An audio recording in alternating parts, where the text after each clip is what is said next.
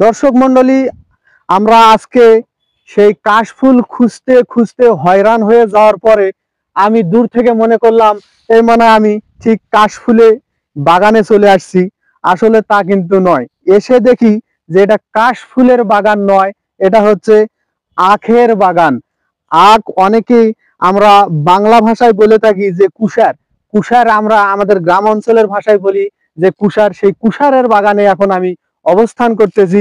এত সুন্দর এই রোদের মাঝে ছাওয়ার আমার এতটাই ভালো লাগছে যে এই কুষারের বাগানটা থেকে আমার যেতেই কিন্তু মন চাচ্ছে না।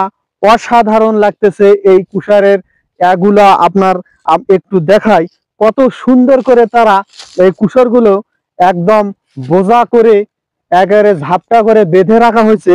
তার কারণটা হচ্ছে যাতে করে এটা বাতাসে কোনোভাবেই পড়ে না যায়।